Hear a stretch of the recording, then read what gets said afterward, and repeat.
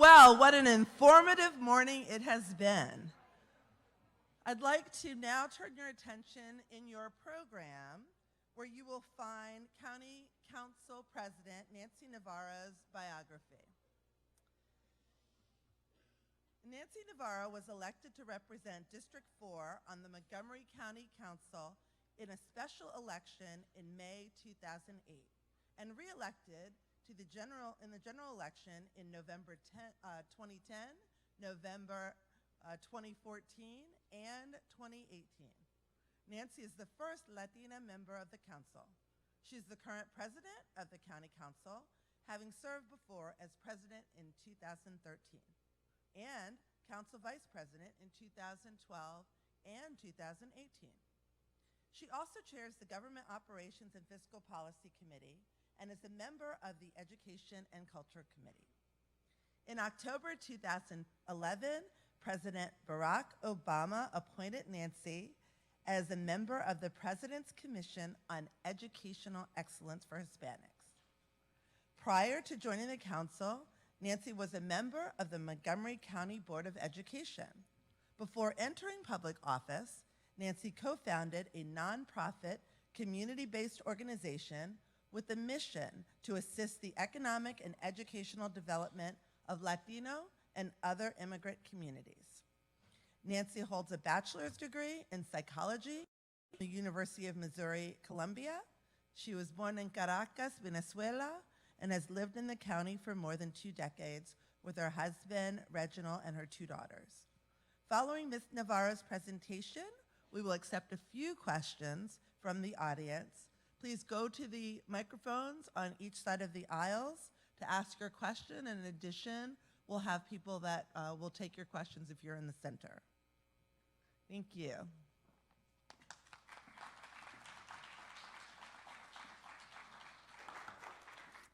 Well, good morning. So as you heard, my name is Nancy Navarro, and I am the president of the Montgomery County Council, so I do bring greetings from my colleagues. We're all in council session this morning, but when I was invited to come over and provide some remarks by Ms. Bland and, of course, Dr. Pollard, I knew I had to make a little parentheses and run over here and share with you some thoughts, so I do appreciate the opportunity. Let me just start by saying that it is my belief that addressing issues of racial equity and social justice are truly a must if we are to ensure the continued socioeconomic vitality of our county. This is an issue that is very personal for me. We hear time and time again that this is a county that embraces diversity, and we celebrate this quite often. And nonetheless, every time you look at data, you continue to see reflected all these particular disparities, and those types of disparities continue to persist, right? So we look at issues of course, access to education and education achievement. We look at employment opportunities. We look at health. We look at housing, transportation, et cetera, et cetera. And inevitably, every time you do a deep analysis, you realize that there are disparities and inequities that continue to persist. And this is truth across, race, ethnicity, income levels, gender, English language proficiency, et cetera. And so as I alluded to it earlier, for me this has been an issue of great interest for a very long time. I happened to come to the United States when I was 10 years old with my parents and my younger siblings, so my father could pursue some graduate work at the University of Missouri, Rolla. Very small town in the Midwest. And at that time, for me, this was kind of like a magical journey because I was so intrigued by this language that these children were, speaking that sounded to me like this wishy-washy, yes, wish-wash-wash type thing.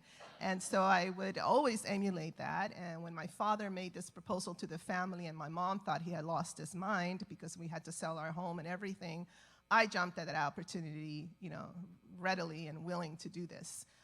And so we came to Rolla, Missouri, and at that time they didn't have ESOL because they had never had any student at the Benton Elementary School that didn't speak English. So I was placed in speech therapy. And that lasted a little while. But since I was so obsessed with learning English, I really immersed myself completely. So, I would read the Highlights magazine up and down. I would watch the Soul Train religiously every Saturday. I would practice the moves while I tried to learn the lyrics to the songs. I did everything in my power to the point that in 6 months, I went by it, and then I became a champion for the spelling bee for Benton Elementary School, which was really, truly cool. And so that really began this real sort of, love for exploring other cultures and other ways of being. And it also began to put into focus some interesting issues that were obviously happening in the United States in 1975, because we were here from 1975 to 1977. But as a kid, of course, for me, it was not really front and center. And so issues of, civil rights struggles and fight for civil rights, et cetera, did kind of escape me a bit, because specifically my family in Venezuela, and there's a meme that went around that I find so cute. It's a Puerto Rican family, and you literally have like a blonde, blue-eyed cousin, a black cousin, a curly-haired, olive-skinned cousin. It says these are all members of my family, although none of us look alike. That really is a reflection of my own family, where my grandmother is black, my grandfather was white from Spain, my mother is half, Native American and half Spanish, and so all of that mixing has really resulted in a Venezuela, the one that I knew, that was extraordinarily diverse, and so issues of disparities were really attached to class, but not so much to what you look like, because it was kind of hard to put you in a box. So I share that because when I came back as a student in 1983, when my father and mom gave me permission to come to the University of Missouri Columbia, even though I wanted to go to California or New York, where I had heard Studio 54 may reopen, I said, fine, I'll go to Columbia, Missouri, but maybe I'll transfer later on. But I ended up really liking it there, because there were so many students from so many parts of the world that I had this extraordinary experience of literally learning so much from other cultures, as we would host, parties in our townhome, and we had this map of the world, and people were supposed to put a little dot, and it was just peppered. It was really cool.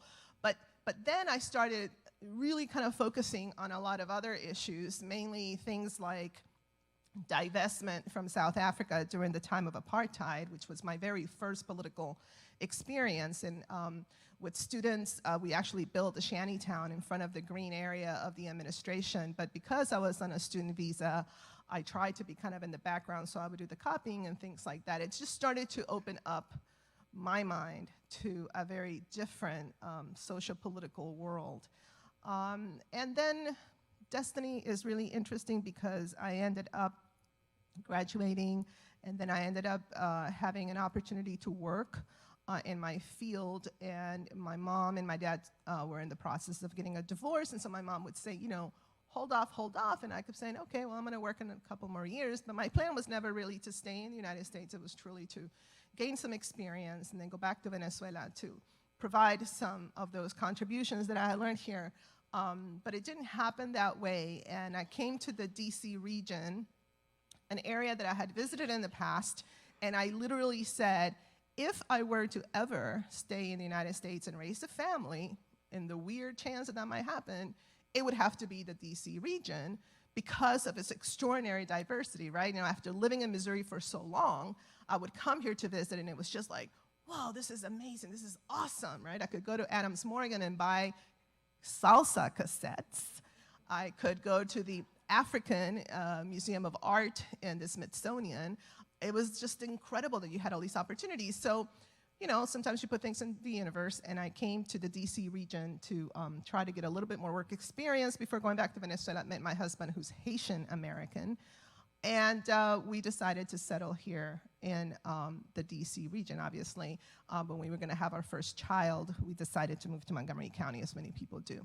So then I had this task of raising this, Haitian, Venezuelan, American, Afro-Latina, however you want to label it, because there's so many great labels. But I had that task of raising this child now in the United States, it was an incredible task, right? Because how do you do that? Like, how do I, not just me, my husband as well, of course, but how do we infuse as much confidence, as much love for exploring, for really venturing out to this gorgeous little Afro-Latina little girl, knowing that, when she entered Rock Creek Forest for the Spanish immersion program, we won that lottery. My husband had applied to the French program, but we got into the Spanish program, which was great. But she walks in there, and she's literally, the only Black kid. And so I'm trying to sort of infuse her with as many books that show, somebody like her, with as much immersion into Haitian history, the first Black republic, with as much as possible in language and all that, kind of infusing all of that with the hope and the goal that this, toddler, this 5-year-old would grow up and be the type of young woman that could really face all of these issues, but be aware that she's not unidimensional, that we as human beings are not like that. We're not one-dimensional. We can incorporate so many different experiences and cultures, et cetera, without having to choose one or the other, because that is just such an impossible task. And so I ended up having, we had another daughter, Isabel, so here we have Anaís and Isabel, and I can report to you that Anaís and Isabel are extraordinarily young women. Anaís now works for NPR Music, and Isabel is going to graduate from Howard University in a week and has a job. Yeah. And she has a job, going to work for Microsoft all the way in Seattle. But hey, it pays well, so I told her, okay, I'll go visit you. But they're extraordinary kids, and they are so aware, and they're so involved, and they are so willing to, do what it takes to truly represent who they are. And we have these constant conversations now, right? Now that they're entering the job market and the workplace, of what it means to perhaps be the only Black young woman in these spaces. And so it doesn't stop, it continues. And so I share that because, the truth of the matter is that this particular very personal story is not unique to many families here in Montgomery County. We all know the statistics, or we looked at the demographic changes. We know that Montgomery County is majority of color. We know that of the 5 councilmanic districts, 4 are majority of color, 4. And so we understand that, and I always say that if I want to understand what's happening in the county, I have to go to a school building. And so every time I walk into a school building outside of maybe District 1, right, if I close my eyes and open them, or if somebody just dropped me there, it would be hard to believe that we are in the United States, because we've got, 183 countries, I believe, something like that, or languages spoken. I mean, it's just extraordinary what you see. And it's so amazing to realize that this is such an asset for us, right? My daughters now, as members of the workplace, know that the fact that they can speak Spanish, write it, and read it gives them an angle. The fact that they've been able to travel and also relate to so many students from so many parts of the world, it's a huge asset now as they enter the workplace. So this whole notion that somehow, language is a deficit anytime we talk about dual language programs or things like that, or the diversity, might be a problem, okay? We may have to water down the curriculum or those, exams. It's not proven in any way, shape, or form when you look at the research. And that is what we're facing in Montgomery County more than ever. The issue of an racial equity policy, racial equity and social justice policy, it's one that I have been interested in for a very long time, actually since I was on the Board of Education. Right before I left the Board of Education, we were about to start working on this. And I have to admit that, I've always been very, I always pray for humility and wisdom. So when I joined the council, I wanted to be very humble in terms of understanding that there's just a lot going on that I need to first understand and learn. And I am now, just begun my last term. And so for me, this notion of adopting legislation, not a policy or, through regulation, but legislation is number one on my agenda. And we kicked off the year with an extraordinary experience of bringing together over 40 leaders, county leaders, to a 2-day retreat where we went through a workshop with the Racial Equity Institute to really, truly then immerse ourselves in the history. And, I consider myself to be someone who reads a lot and explores a lot, but I gotta tell you, there were some extraordinary things that we learned, at least for me, that were very, very useful. And so we kicked off the year with this. County Executive Elrich, who you will hear from very soon, we met before he was even inaugurated to say, look, we gotta work collaboratively on this issue. And so we are doing that because obviously, as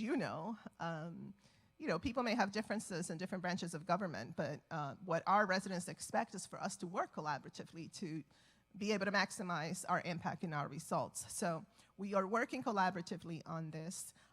We launched officially this work on March 13th, and we had this extraordinary event in downtown Silver Spring. We had over 500 people that came to have these roundtable conversations. And because we understand that we don't have the capacity to have this like every week, we have developed a toolkit, a guide, so that anybody, whether you want to do it with your neighbors or whether you want to do it in your place of worship, whether you're a nonprofit organization, whether you're here in Montgomery College, anybody can have this conversation guided by this toolkit and then provide us with feedback. So that then in the summer, the council will engage in the work of drafting legislation. We have 2 reports that our Office of Legislative Oversight is working on because we're going to need also a benchmark, right, a baseline moving forward. So we are getting that taken care of. And then we're gonna take into consideration the feedback that we have heard in order to draft legislation that can be introduced in the fall. And my goal is for us to adopt this legislation by the end of the fall with an effective date of January 2020. And what does this do? Well, this will do, this is not the panacea, right? This is not like, oh, we adopted legislation, it's over. Now we're such an equitable county, yay for us. This is the beginning of dismantling, hundreds of years of structural, institutionalized racism. I mean, that's really what it is. It is going to be patient work because the goal is that, county leadership, if you're going to propose legislation, if you're going to adopt a budget, if you are going to propose a program, then you have to be able, just like we have fiscal notes, for example, we need to be able to evaluate this particular decision through this lens as well.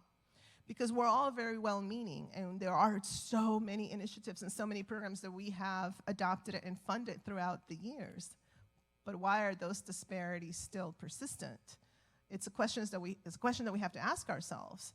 And so I think that a lot of it has to do with the fact that unless you have, elected officials who really care about these issues, then some of these areas are going to be addressed, but not in a structural and strategic fashion. But this should not depend on who's in office. This should be mandatory in terms of how we do our work. Just like we have processes in place for many other things that we do, this should be part of that as well.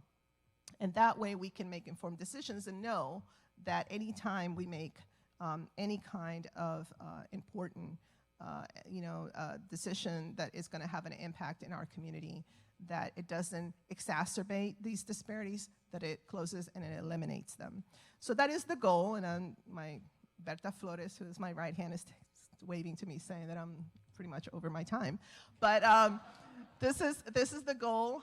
This is what we plan to do, and I so much appreciate Dr. Pollard for having participated in our January retreat, because what I'm also hoping is that the college, MCPS, Park and Planning, that these agencies also do the same, similar work so we can be aligned and therefore really truly have the outcomes that we desire So thank you, because all of you are part of this amazing work, and it will be up to all of us to really achieve this. And so I think I can take some questions if you have any.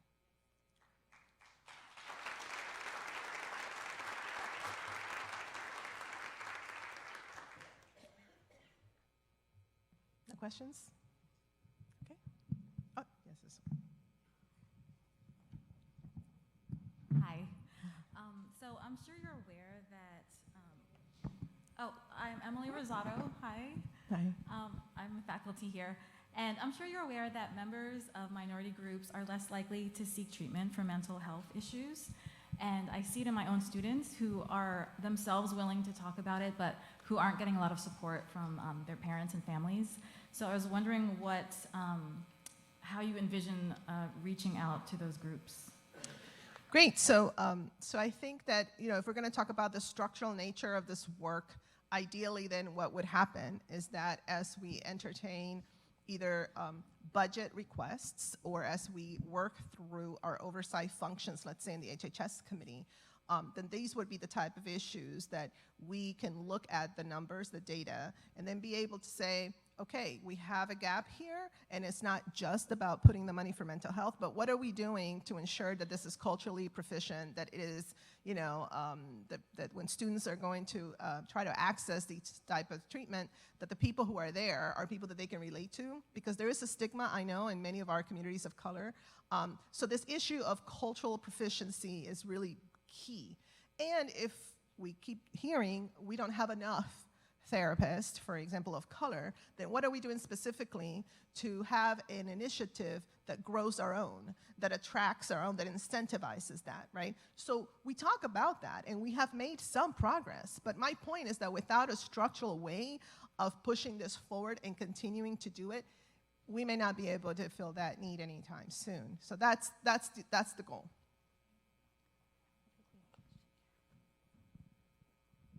Nancy, gracias for being here. I'm Gloria Aparicio Blackwell. I'm part of the Board of Trustees. Those initiatives are amazing. It's important, and I'm glad that we're having those conversations. But it takes funding. And it takes funding from K through 12 to 20. So I urge you the importance of keeping K through 12, Montgomery College, in your forefront. So if we wanted to build this as a seed, planting the seed, this is the way to do it, investing in education. I know we have a lot of challenges, economic development, but education is the key. So I'm here rooting for you, supporting you, endorsing you, but at the same time, I'm endorsing education. Muchas gracias, paisana. Yeah, Viva Venezuela. Viva Venezuela y Guaidó. Thank you.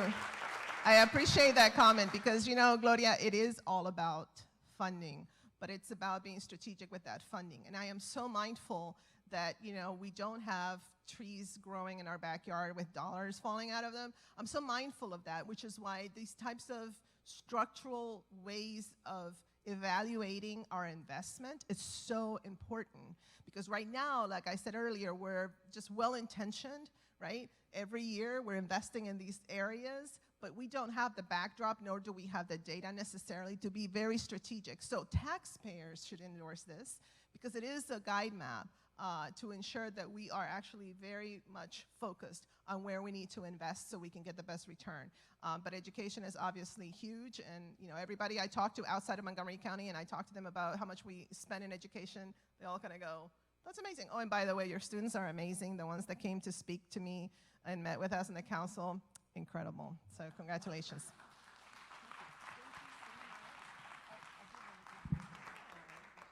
Oh, thank you.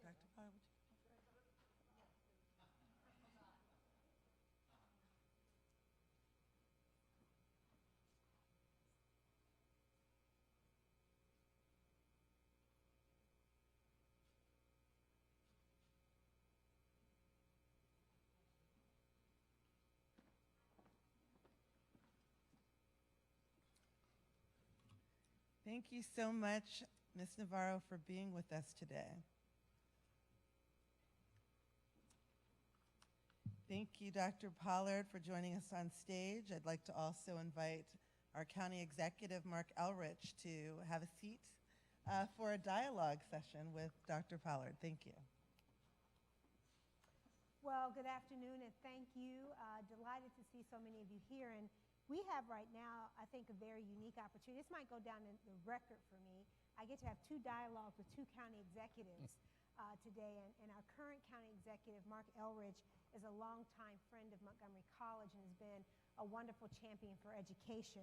And he has been primarily also as part of his brand, as Dr. Williams talked about earlier, as one who advances equity in our community, in our county. He was elected to the Montgomery County Executive Office in November of 2018, and he has previously served 3 terms of 12 years on the council as a member at large.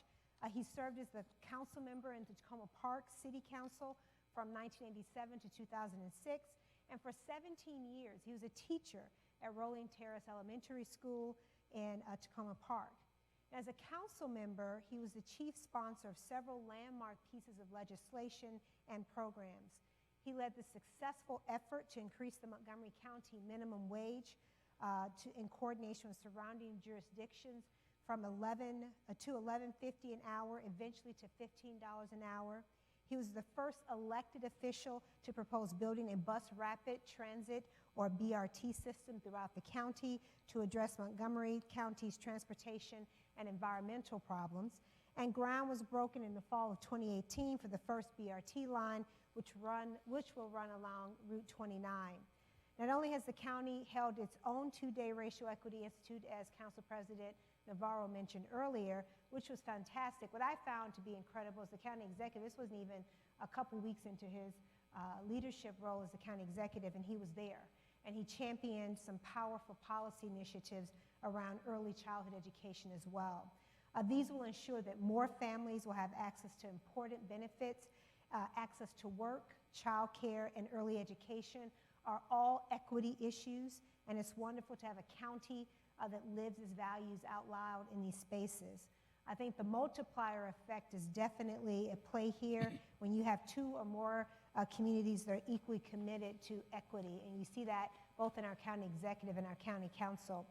They've been very valuable partners with the college and have really worked to create space and place for multiple communities to have an opportunity to talk about social justice, to engage in the act of social justice.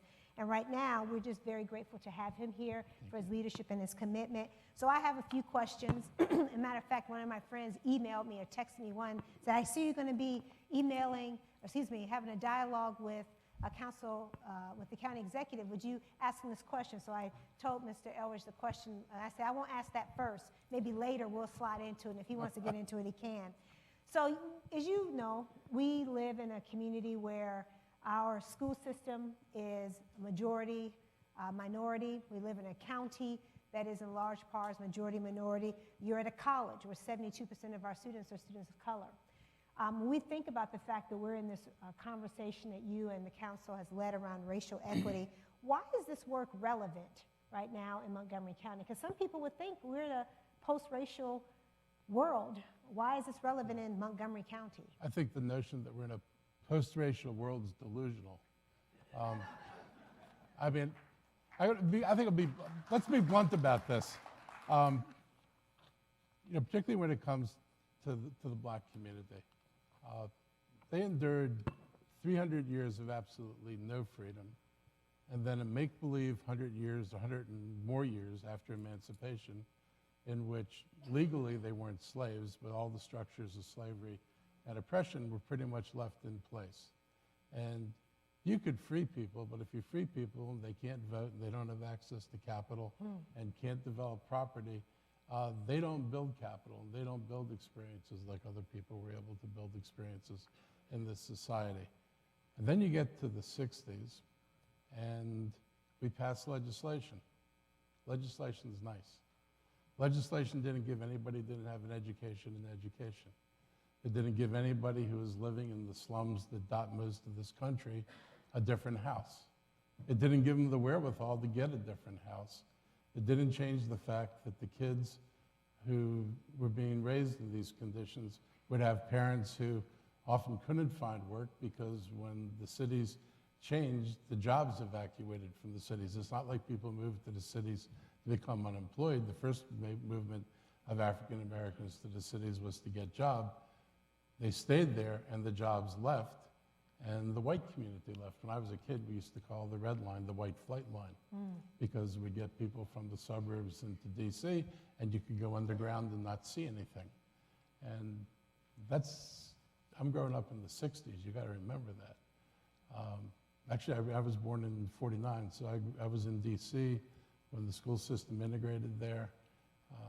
I was pretty profoundly affected by what I saw happen in my neighborhood and with the experiences I had with black kids, because it was really clear that their paths were different. I told the story at my inauguration, I think, but I had a friend across the street, and his sister graduated from Coolidge High School. I was like 9 years old.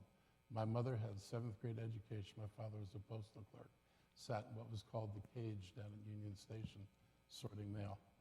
And we went over to her graduation party, and at one point I walked up to her and I asked her, what college she was going to. Don't ask me how I knew about college. I think my parents had subconsciously been training me for it. But I asked her that question, and she said to me, I'm not going to college. My uncle has a college degree. He's just a janitor. It doesn't make any difference. And I couldn't fully process that as a 9-year-old. It struck me as out of tune, but I didn't fully understand it. But that conversation has stuck with me my entire life. And when I would talk to people about why things are the way they are, I would talk about me being a kid who thought about possibilities and couldn't imagine anything I couldn't do. I mean, later my parents told me, you're not going to college unless you get a scholarship. But I basically could think about anything, and here's somebody who is already precluded the best path forward that anybody would have at that point. And I thought about how I raised my children, and I wondered about what she would tell her children. And I wonder how her experiences would color the message she gave to her kids. And when the civil rights legislation passed, would she just shrug her shoulders and say, so what? And would she live in a neighborhood that had continued to crumble because they didn't have the economic means to get out of it, and how that would affect her children? So I look at the work in Montgomery County sort of like it's what has to happen in this country. I'm not doing this because this is a Montgomery County issue. I think it's fundamentally an American issue. And if we don't come to terms with race, we've never had those moments that other countries have had of reconciliation, which first of all requires laying bare what exactly got done and what got done to who, and then having a discussion about it. We've avoided having that discussion. The moment might have been after the Civil War. We blew that moment. The second moment might have been after the civil rights legislation was passed, and we blew that moment. And I got to tell you, we're sitting in a place now, we're 50-something years past this landmark legislation, and there's a whole bunch of people in this country think problem solved. The legislation was passed. What are you complaining about? And add to that, you had a black president. And so everything must be perfectly fine. And the flip side of that is if people aren't doing well, it must be something about them, not about the system. And that's the persistent racism that we have to deal with. So when you think about this from a government perspective and a policy level, what does a racial equity framework look like? How does that show up in the public space? I think it shows up in the evaluative tools that policymakers use to look at the decisions that they make. I mean, I'll be blunt. I've been very unhappy with a number of zoning decisions precisely because there are large minority communities that will never come back to the housing we're going to replace. We've done this multiple times. In a racial equity lens, when we just did the Veers Mill plan, if you had a racial equity lens, you would have said 45% of these people earn 200% of poverty. They're almost all minority. They don't qualify for MPDUs. The only people you're giving, not even preference, the only person who get first dibs on it are people who had 2- and 3-bedroom apartments, which were about a little less than half of the population there. The people who lived in 1-bedroom apartments get no preference. And preference just means they call you first, and when they call you, they ask you, what's your income? And if your income's too low, you don't qualify. They ask you, what's your credit history? If your credit history is bad, you don't qualify. And by the way, how many kids in your family? And if it's a 2-bedroom apartment and you're sitting there with 5 kids, you don't qualify. So we've offered them something which most of them won't be able to take care of. And we think we did a great thing because we're getting a bunch of MPDUs. And the reality is these people who we're going to displace will never get access to those MPDUs, which are priced for teachers and firefighters and policemen. And I have no idea where they're going to go in Montgomery County. Because if you're at those income levels, go find a $750 or $800 apartment in Montgomery County. I wish you good luck, because you won't find it. And the racial equity lens, if there had been one in place, somebody would have looked at that zoning decision and said, what about these people? Don't talk to me about the units you're going to build. They would have said, talk to me about the lives of the people that you're going to affect. This is the clearest thing I can say to people. When I got in trouble, some of you may remember, I made this untoward remark about the Purple Line development in my neighborhood. And I didn't refer to the Purple Line as ethnic cleansing, but I referred to the zoning decision as ethnic cleansing, because they basically looked at all the apartments, if you know Long Branch, which is Piney Branch and Flower Avenue going out to University, and it rezoned all the apartments for new housing. And they did the same talk about, well, you know, we'll get MPDUs. And if you knew anything about the Long Branch community, you'd know they were never going to get into the MPDUs. And when I used that term, and I said that what you're doing here is ethnic cleansing, some people do it with a gun, some people do it with a pen, but the result's the same. Park and Planning and council staff withdrew the proposal to rezone it. I got criticized for using untoward language, I suppose, but the effect was that those people will get to keep their housing, at least for a little while longer. So equity lenses should be applied broadly. If we're doing a health program, we should think about what's the impact on the communities we're providing health care to. I was educated by the African American Health Partnership because I had this discussion. We were talking past each other. I was saying Montgomery provides services to the population based on percentages of illness. You know, how much hypertension, how much diabetes. Every group, every subgroup gets services in proportion to the diseases, and they kept saying it's not equitable. I kept saying, but it's proportional. And they were, but it's not equitable. And finally, they explained what equitable meant. And they said, you know, our folks have shorter lifespans than everybody else. You can treat the diseases. It's not going to change our lifespans because there are other things going on. And it was at that moment when I wish they'd had that conversation 12 years earlier, because it was a really clarifying moment for me when I understood what they were talking about. And again, I've said this before. As a white person, I've never thought about being white. Any of you in the room, you've never had to think about being white. Never walked into a room and said, you know, what's this employer going to think of me? I'm a white person. Or walked into a store and say, what are people going to think about me? I'm a white person.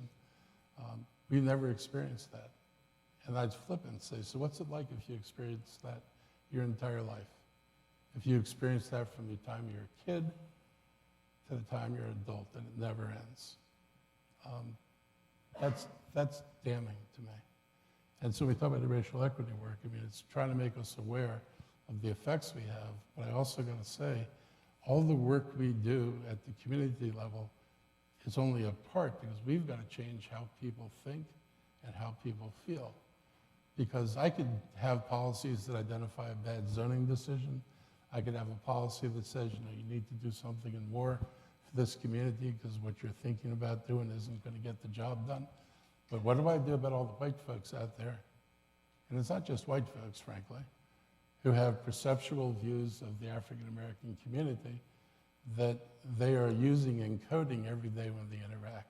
And that's America's challenge. And that's why I said, this is, you know, I'm not doing this because of Montgomery County. I want to be part of a movement to try to change this country so we can have a conversation, so you don't have people celebrating the Civil War and Civil War heroes. These are just traitor dogs. They really are. I have no sympathy for them. You know, my view, all the landed estates should have been broken up These people should have been disbarred from politics, disbarred from voting. Their state should have gone to the people who worked that land, and we probably wouldn't be in this mess today. Sounds like you're talking about reparations. I'm trying to figure out what's the best way to do this. That was I shared with him a friend that texted me and said, you should ask the council, county council president, county executive about his thoughts on reparations. So I mentioned it to him. He says, we're going to figure that out. You know, I'm still trying to figure out what that means, but when you try to address or redress historical systemic effects on populations of people, one cannot have those conversations absent, I believe, one about how you begin to right that boat. As you so eloquently said, historically, if you did not have access to these things and you were systematically prevented from having them, oh, and by the way, a whole culture was designed around your ability not to have them and to do it on your back. One cannot have a substantive conversation in my mind without having some conversation down the line about reparations. And we've done it before historically. We just haven't had the courage, I think, to talk about it because of the sheer number. As my grandfather said at 98 when he died, I'm still waiting on my 40 acres and a mule.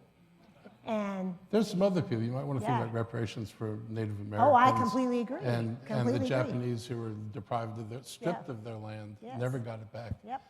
But you know, when you talk about reparations, the real question, and this is what I wrestle with, is how do you pay it back? How do you do it? Is it a check to people, or is it going into the cities and saying we're going to rebuild where people live? Mm-hmm. Checks are, you know, you get a pile of money, doesn't mean you're going to be able to get what you need for it. If we were to say, you know, instead of how many B1, well, not B1s anymore, but F-35s and all that other nonsense, which people seem to have no limit on how much of that stuff they can build. What if you took that money and said, we're going to rebuild these cities, we're going to take down this housing, we're going to provide decent housing for people, we're going to put in jobs programs. It would cost money, but it might go to might be money spent in a way that lets the community start to thrive and provides opportunities that everybody else has. Make sure the housing is owned rather than rented. This is one thing I'm looking about in the county, is trying to work with the nonprofits who do so much well-intentioned rental housing work in the county. Can I get them to think about shifting toward ownership? You know, because if I protect, I'm a big fan of rent control, but I know if you live in a rent-controlled apartment for 30 years, at the end of the day, you're not going to get a second mortgage to send your kid to school. You're not going to take an equity line when your kid's ready to buy a house and hand them $20,000 because you got no equity. And so as long as we continue to offer rental housing to poor people, as opposed to figure out, can I at least turn the rental housing into owned housing, I am not going to change this dynamic about who accumulates capital. Mm-hmm. And if you're in a capitalist system and you're not accumulating capital, you lose. It's pretty straightforward. Yep. You can't play the game. You know, you don't have the money to borrow to start a business. You don't have the money to help your kids. That's a pretty tough spot. So when I think about this work, and I'd love to hear what you think Montgomery College can and should be doing as we start thinking about issues of racial equity, and we start thinking about governmental policy and actions that could help advance a world, or at least a community and a county where we are more thoughtfully engaged around these issues, developing solutions together. Do you have some ideas about what you'd like to see Montgomery College doing in that space? You know, I think about this. I was a school teacher, and you know, I always thought about how do you meet students where they are. You know, not assume that you're this or that, but what do you need, and you know, where are you starting at, and make sure that that doesn't count against you. And you know, you all have talked about how, you know, the tests or the classes people take for no credits because where they're deemed not ready burns up money, burns up time, and can be really discouraging. So is there another way to start that? I think that, you know, you've built these marvelous campuses with an incredibly diverse population. Are we sure we're getting the message out to everybody that you need an historical perspective? Because this is what I think is lacking in America. I mean, you could say we're diverse and I could have a bunch of great programs here, but everybody needs to understand how we got here. And, you know, I feel like in the generation I grew up with, we were acutely aware of the civil rights movement. I'm not sure that young people today are acutely aware of the civil rights movement. I'm not sure that people don't assume that this is the way America always was, except for this bad period of slavery, which we're not going to talk about. But everything has been, fine, and look what I've got. And not understand the struggle and the effort that it took to get this, and not understand what's not been given so far. So you have the opportunity, I think, to educate a population that's probably hungry for understanding. I used to do things with my class to talk about these issues. I would talk about, me being a 13-year-old kid in the class in Montgomery County, Montgomery Hills, in a civil rights debate where the pro side was, of course everybody should be free and vote. And the con side was that black kids, which they use a different word for, or black people, were a subspecies of human beings who were childlike and needed to be cared for. And I always remember that the teacher didn't say, that's absurd. I mean, people don't know that it was only 50 years ago, and for some people still true today, when you could make that assertion and people just say, yeah, that's what I think. Think how poisonous that is, because if those kids grew up thinking about that, what the hell do they pass on to their children? And you want to wonder why this stuff stays alive. It's because somebody who was my peer, who got the wrong information, grew up thinking that was the right way to look at things, looked at the unequal, position that people have in society, used that to confirm it. Because this is America, we're all equal, we all have equal opportunity. It's a given equal opportunity and everything. You're still down there and I'm up here, I must be better. So that confirms their bias, and then they visit it on the next generation. You've got kids who do not know the history, and I think it's part of all of our jobs to try to explain to people that history. So I used to do this little exercise. I told my kids, so this is the day after emancipation. And only a white guy in the class, I must be the slave master, and you guys are free. I said, where are you going to sleep tonight? You're going to sleep in my land.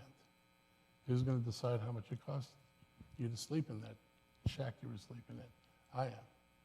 You're going to get up tomorrow morning, you're going to be hungry. Who's going to feed you? I am. Who's going to decide what that costs? I am. Now you got to pay me back. Who are you going to work for? Me. Remember, people weren't getting around the country in cars and picking up and leaving the plantation. They didn't even have a horse or wagon to their name. So they're staying there. So now you're paying me. Who decides what your wage is? Me. That's what debt peonage was. We figured out a way to keep people perpetually in debt so they could never get off the farms that they were slaves on. This is part of American history. People need to know that so they can get a perspective on how things got this screwed up and maybe open up their minds to what you need to do to figure a way out of it. So I'm going to ask one last question, and then you all can be prepared to ask questions. We have a few people walking around with questions with a microphone and/or have received some via social media. 8 years, let's fast forward as you just did. It's the day after the next county executive has been elected, and 8 years from now, and you're saying, I got this done around this issue of racial equity in Montgomery County. What would you like to have said that you got done? I'd like to see programs in place that are game changers. I want to see early childhood in place, and families have access to early childhood education. That, I think, is absolutely critically important. I would like to see a change in housing policies. I would like to see more and more families owning where they are and beginning to feel part of the community. It's a big difference. If you're moving every year, or every couple of years, you're never vested in your community. If you're a homeowner, don't mess with my property values. I asked a group of people in an apartment one day. I was trying to help them buy their apartment building. I said, they live right behind my house. And I said, you never come to me, you don't complain about the drug dealers, you don't complain about anything. The moment you own this building, you're going to be in my face telling me we're taxpayers and we're not going to put up with this. It is, and they all nod their head yes. And I'm thinking, you're human beings. You shouldn't have to put up with this, period. You shouldn't have to be a taxpayer to not put up with this. You should have, as a citizen of Montgomery County, to come apart, you should have not put up with it because nobody should have to put up with it. So I'd like to see a change in housing policy that not only just because it's good for equity and economic reasons, because it vest people in the community. If you're vested in the community, you're more vested in the schools. You're not thinking, my kid's going to be out of this school in 2 years. There's no point. This may be the place you spend 20 years, and I want to make sure that it's the right place. So I'd like to make that stronger. I want to have more job programs. I want to make sure that we're sending kids out of school ready and able to work. I don't look at school primarily as a work thing. I kind of think it as a human development thing. But part of human development is developing a toolkit that will let you go out and work in society. So I want to make sure that every kid leaves high school knowing that they can do something and they can do something worthwhile, and not that if they miss the boat to college, that somehow they miss the boat to success in life. The kids need to know there are multiple avenues to success. I'd like to be in a place where we've started to move in that direction. I would like to see more work on the health disparities with a deeper understanding of what causes things. The discussion about mental health earlier from one of your students, it's a lifelong issue for people, and I mean lifelong on the bottom end as well as the top end. There are kids who get lost in school really early on, and you think about the number of counselors and psychologists we have in our public schools, it's tiny. Yeah. So I'd like to see those things different. And I'd like to think that people were beginning to think about things differently. And that's the hard one, because I don't have a lever or something I could do that I said, if I did that one thing, everybody would open up their minds and be able to deal with everyone else on an equal footing. That's going to take work, and that's, I think, our work, if we're serious about this. It's a lifetime of work, and it's not defined by jobs. It's defined by how we begin to talk about things and how we alter the milieu in which all of us are working. Thank you. That would make me feel good. I think you should write that down and put it on a Post-it note. Seriously.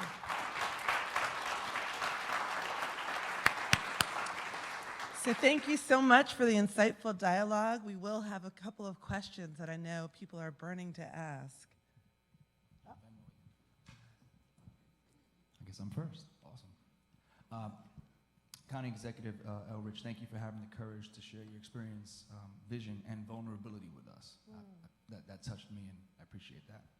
My question is, how do we inspire in effective participation and action from the white males who should be here, who may think achieving equity and inclusion means less opportunity for them and their children? So, that has been the struggle from the day they did required equal opportunity in employment. The moment that the doors opened up and they said you have to hire equally, the response was, well, that's my job and my promotion I'm not going to get. I guess, our job is to create more opportunities for advancement and improving oneself so one doesn't fight over the crumbs. And I feel that, one thing this system has been stunningly effective at, and particularly, say, white racism is especially effective at, is turning people against each other and saying, you're going to take what I got. Meanwhile, there are people at the top taking 99% of everything, and we're fighting whether I'm going to lose my little space in the world. We've got to convince people that there's enough here. We need to change the broader system so that everybody gets to partake of what's here, that you're not left to fight against each other for what should be everybody's fair place at the table. Nobody should, if you don't get a promotion, it shouldn't mean you can't buy a house. And I think people looked at promotions and things as their steps to economic opportunity and betterment. Just too little trickling down to the bottom. That would be a good thing to change. If you're watching online, please send in your questions also. We're monitoring Facebook Live and Twitter, so you can send in your questions electronically also. I'd like to take the questions over here, please. Yeah, hi. I was so glad, I'm Laura White, I work in staff training, and I was so glad to hear you talk about the importance of understanding the history of the county. We include that in our programs, but in the last 2 years, we've had an excellent speaker from the Native American Commission talk about all the different peoples that lived in this area and were displaced or moved here and there.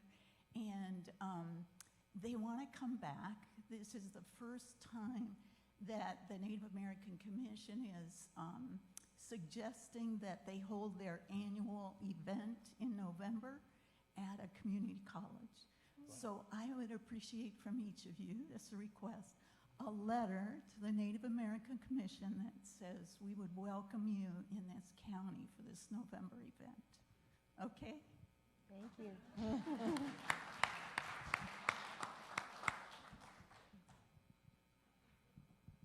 Nancy? Hi, I'm Nancy Newton. I'm the Special Programs Development Coordinator. I can't remember what I do. Hold on. Special Programs Director for Workforce Development, Continuing Education. And I was just wondering what your thoughts are on the disparity between sentencing for young African-American males and young white males. We're very privileged here at the college to have a program that works with incarcerated people up at Clarksburg and at the pre-release center, and the differences in the populations is astounding. So just wondering what your thoughts are on that. Thank you. My thoughts are that if the Justice Department ever looks at this place closely, we're going to be in trouble. I mean, that all starts with arrest data, and I've seen some arrest data that people, I think, we're going to have to look at pretty seriously because it looks disproportionate. And following who gets, I say stop data. Stop data is disproportionate. Who gets charged is disproportionate. The severity of the charges appears to be disproportionate. And then, of course, the sentencing completes the quadrifecta at that point. It's a problem. And, on the one hand, I'm glad the police don't give everybody a ticket. I mean, it shouldn't be a ticket machine, and people do stuff that's really not going to jeopardize the life and safety of everybody. And it's okay to say, you made a mistake, I'm going to let you go, but that option should be available to everybody. And I don't want to create a system where I say every time you stop somebody, everybody gets a ticket and everybody gets maximum sentence. I'd like to see some compassion, but compassion's got to be for everyone, because this is where things get nuts. I mean, you drive yourself to the conclusion that if I can't be equally compassionate for everyone, then I have to become totally harsh with everyone. I would rather us find a way to be equally compassionate rather than equally cruel. And so it's going to take some work. I mean, I don't believe the data shows that behaviors aren't all that much difference, but outcomes are. We have one more question for you. Hi, I'm Roberta Buckberg from Student Employment Services, and this question is based on my lack of knowledge, I apologize, of what the county is already doing and what your plans are, but we've got students and community members who have to have emergency plans because they're afraid that when their kids come home, they're going to find their parents in ICE custody. What are we doing for our undocumented neighbors here in the county? So what can we do? We provide a lot of support to the nonprofits that support the undocumented community. And one reason we've done a lot of it through nonprofits is that if it's a government program, then names and addresses and information are available where somebody from Washington get interested in that information. When I provide money to a nonprofit, they provide a barrier. They're not able to go after a nonprofit and say, give me, at least so far, give me the list of who you're helping and what you're doing. So nonprofits have been a very good vehicle for us, and we spend a lot of money trying to make sure that CASA and a myriad of other groups get resources from the county. And we get more requests than we can fund, but we're particularly aware of the family situation, and I think we're all worried about that. I think we have time for 2 more questions. Hi, my name is Nicole Brazell. I work as an enrollment specialist, particularly with the Dream Act students. And earlier you mentioned early childhood education, and I was just wondering what was your hopes for that, because I have an autistic son who was detected early, and that really helped him, and it's going to give him a greater opportunity as he's growing, and one day, you know, when he's ready to come to a college, community college. So I'm just wondering what your hopes are for that program. So my hope is we get to grow it to scale. You know, like my intellectual brain knows I need to do 0 to 4. My brain that's controlled by money tells me to start with 3 and 4-year-olds. But the county does have a program that actually focuses on young children with different abilities.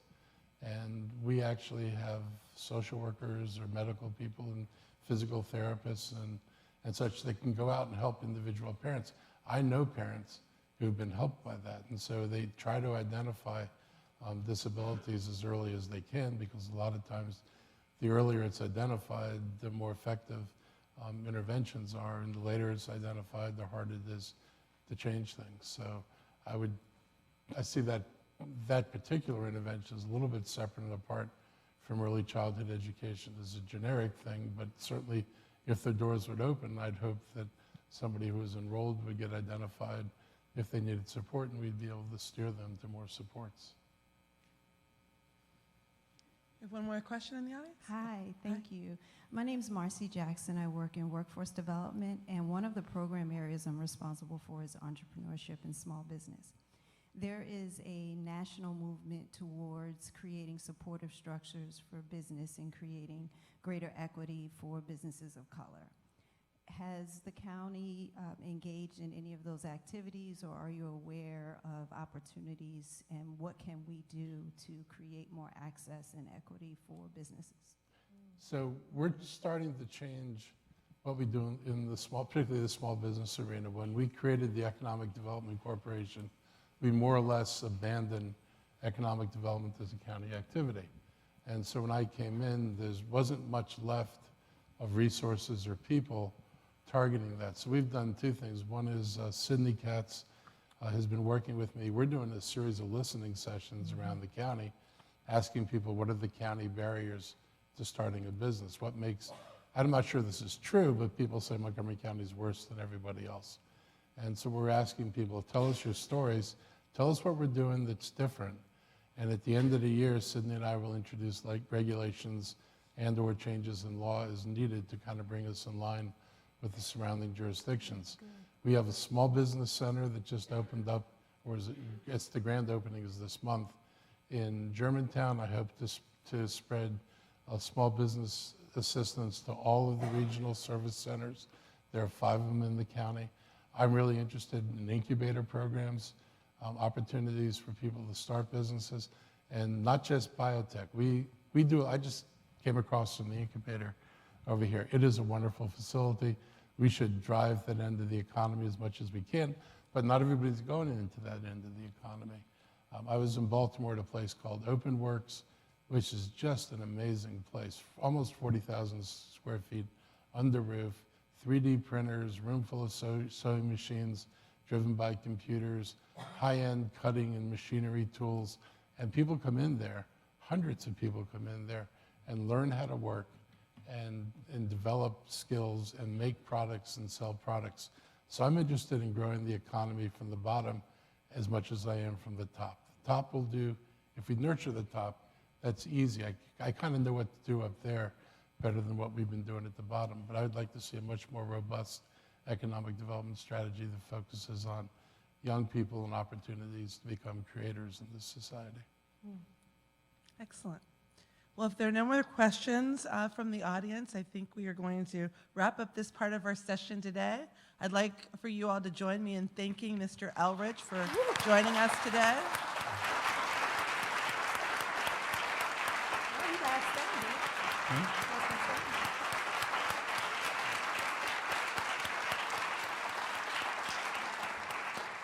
I'd also like to give you a token of our appreciation, and if you do have time, you're welcome to stay for the video montage of our honorees for our first Excellence in Equity Awards. I will tell you if I have time.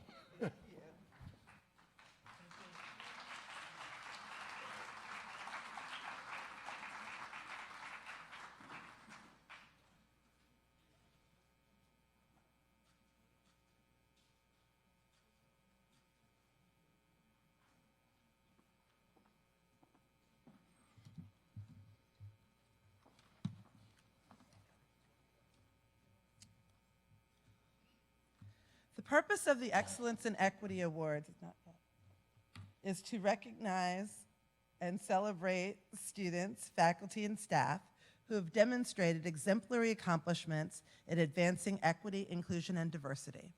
Montgomery College is indeed fortunate to have a wealth of dedicated and extraordinary employees and students deserving of this recognition. These individuals serve as leaders through their contributions in making Montgomery College and/or our local community more inclusive by creating an environment where all individuals are valued and respected.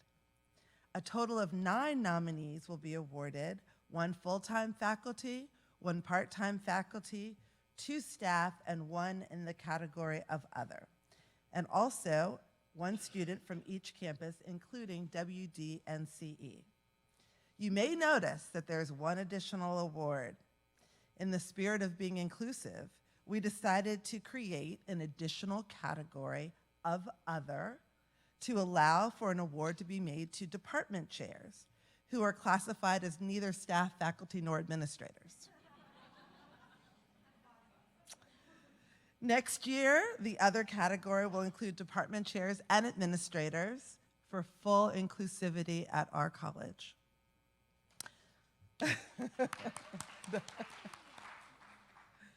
This prestigious inaugural award will be given annually to employees and students who embody the characteristics of equity and inclusion in their performance and service, and who is well deserving of this special recognition.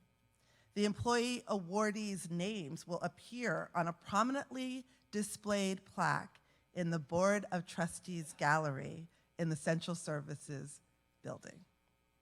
Employee awardees will also receive their individual awards on Wednesday, May 15th at the spring closing meeting. Furthermore, to be fully transparent, there were also several nominees received for a few members of the President's Advisory Committee on Equity and Inclusion, PACE. Unfortunately, these members were ineligible this year because PACE members served as nominating committee. Next year, the awards committee will be comprised of governance council members, and as such, members from PACE will be eligible at that time. Let's thank all of the nominees for their continued dedication and service to the college. We will now view this awesome video montage of these well-deserving nominees.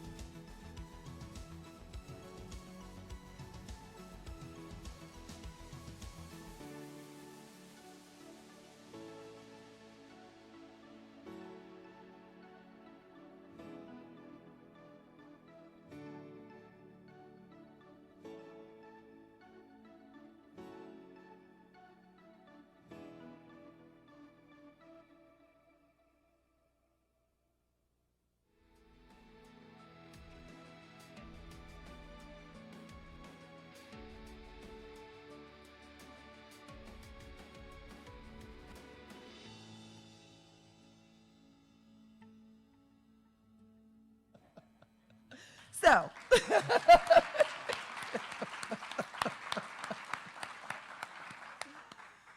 so two things I'd like you to do. I'd like you to just take a moment, whip out those journals. Let's do some reflection and some journaling for a couple of minutes. I'd also like you to look into your package. You will find a questionnaire evaluation form. If you could complete that, there'll be people waiting to take those from you. I am pleased to present 4 students with the President's First Excellence in Equity Award. Let's learn more about them in the video.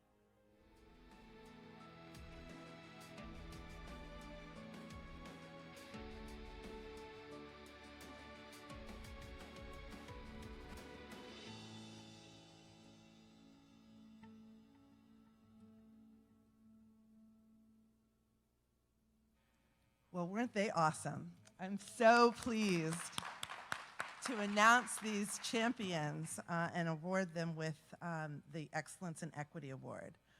So I'd like to invite Dr. Pollard on stage at this time. As quoted by Ramon de la Cruz, the awards committee chair, the Equity and Excellence Pass the Baton symbolizes that equity and inclusion is a long game, requiring multi-generational action. This symbolizes the work is never done and the race is always being run, and that we are all connected to the work of those before us. Please carry this baton through life with you as you continue to serve as ambassadors for equity and inclusion. When I call your name, please join us on stage to receive your award. Drs. Rye and Brown, would you please join us on the stage?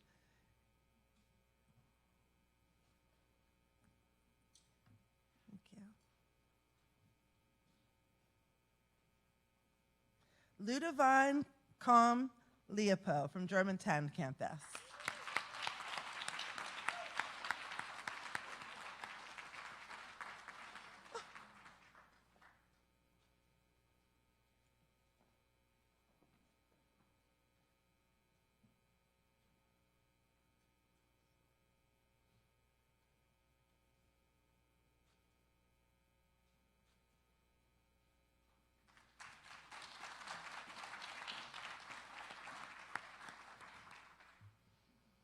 Henry Martin, Workforce Development and Continuing Education.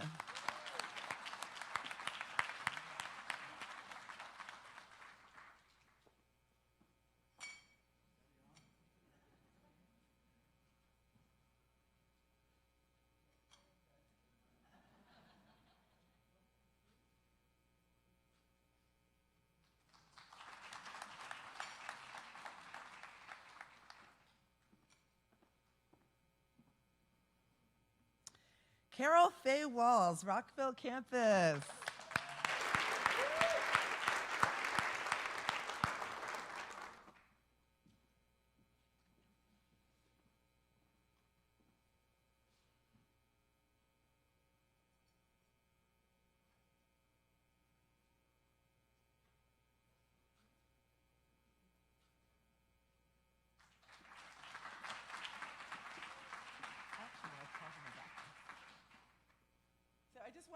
I wanted you all to see that these are actually batons. I'm not sure if everyone really realized what we were giving, so I wanted you to see that we were passing the baton of excellence.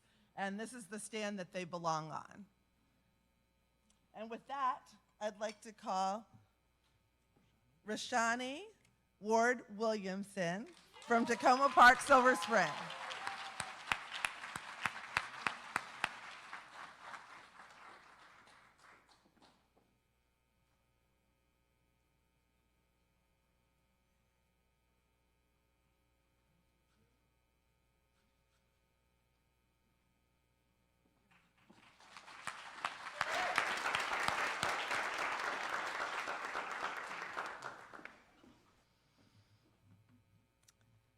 So let's just give one more round of applause to these wonderful students for their dedication in demonstrating excellence in equity and inclusion.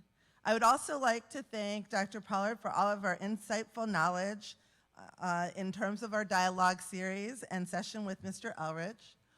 At this time, we are going to, again, take out our journals and reflect upon what we've learned this morning. I'll give you a few minutes to do that.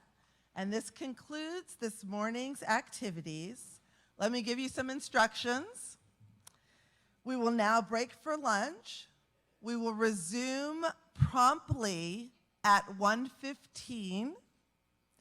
Students will receive their lunch in HT 216 and return back to Globe Hall at 1:15 for a conversation with Dr. Damon Williams. Employees will depart for BE lobby, where you will receive your lunch there. And then we will have our cafe conversations about civility and implicit and unconscious bias and microaggressions. And I'm really excited to have that conversation. It will be a closed conversation. And I'm hopeful that when we conclude that, we will come back here to reflect upon our experiences and have a report out from some big themes that we learned in those sessions, as well as hear from the student perspective and what they discussed in their session. At that time, Dr. Pollard will give us her charge. We will close our program. Thank you so much.